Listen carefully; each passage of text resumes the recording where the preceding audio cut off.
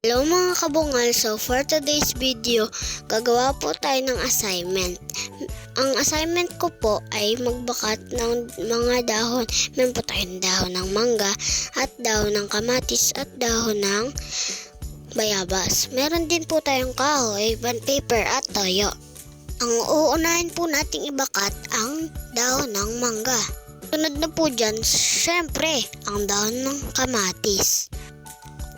Sunod po nating ibabakat ang dahon ng bayabas. Titignan po natin kung maganda ang ating nagawa.